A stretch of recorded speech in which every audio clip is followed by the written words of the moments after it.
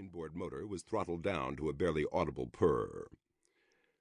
Nothing, alas, could mask the ubiquitous odor of endlessly recycled air, nor could the rough-hewn planks projected from the day-room table disguise the plasteel slickness beneath his fingers. He twiddled the cabin controls, tuning chirps and twitters down a notch, while his curious shipmates took coffee and snacks from the synthesizer. Barbara Nguyen sat first. She had the tall, gangly frame of a belter, and her head was shaved except for a cockatoo-like belter crest of thick black hair. She was their captain, and the most cautious among them. Which was cause and which effect remained stubbornly unclear to Diego. Throughout their hitherto uneventful voyage, she had let decisions emerge by consensus. With luck, consensus-seeking had become a habit. Saeed Maloum, their engineer, was taller still, but stocky for a belter. Each of them handled the tedium in his own way. Saeed's latest affectation, dating back several weeks, involved dyeing his crest and disposable jumpsuit in matching colors. Today's hue was chartreuse, shading to deep yellow. Jamie Macmillan, ship's doctor and Diego's wife of 50 years, slid into the last chair. She was built to earthly scale, nearly matching his 6 feet, but otherwise illustrated the old adage about opposites attracting. She was lithe while he was pot-bellied, blonde where he was dark, and as fair as he was swarthy. Those were shipboard skin tones, of course. Flatlander full-body dye jobs and elaborate skin patterns had been left on far-off Earth. Jamie slipped a hand beneath the tabletop to give his knee a reassuring pat, although not even she knew what he was about to reveal. With a start, he noticed she had printed her jumpsuit in Clan Macmillan tartan, another silent vote of confidence. How anxious did he seem? Barbara cleared her throat.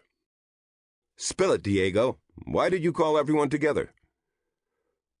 Oh, how the details and analyses, all the terabytes of specifics in his personal journal, yearned to be free. This was not the time. "Have a look." Above the picnic table illusion, he projected a navigational holo. Amid the scattered pink, orange-white, and yellow-white specks of the nearest stars, a brilliant green asterisk blinked. "You are here." As his friends nodded recognition, he superimposed, in tints of faint gray, a delicate 3D structure. Would they see it? "Density variations in the interstellar gas and dust." Saeed frowned, likely anticipating another pitch for rerouting the ship on one more just a bit off our planned course wrinkle in the void.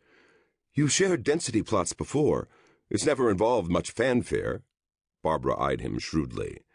"And you've never before struggled so hard not to bounce in your chair." Words alone would not suffice.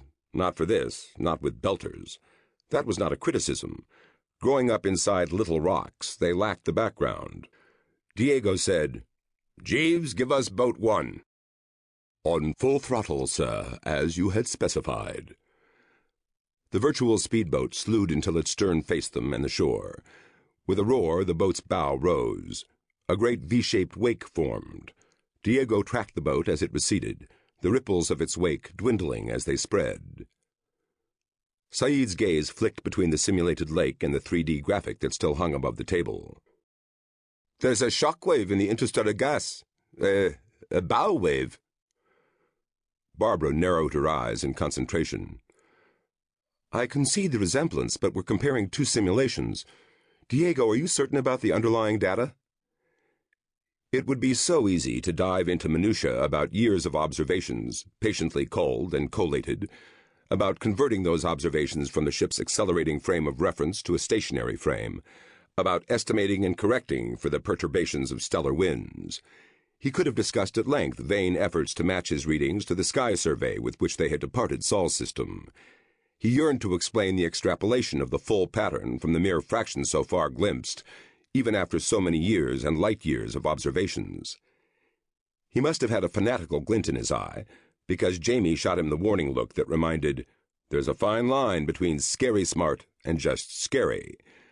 Diego kept his response to a confident nod. Barbara said, "I'll want to go through it later, step by step. No offense, just captain's prerogative." "What could have made this bow wave?" Saeed asked. That was the right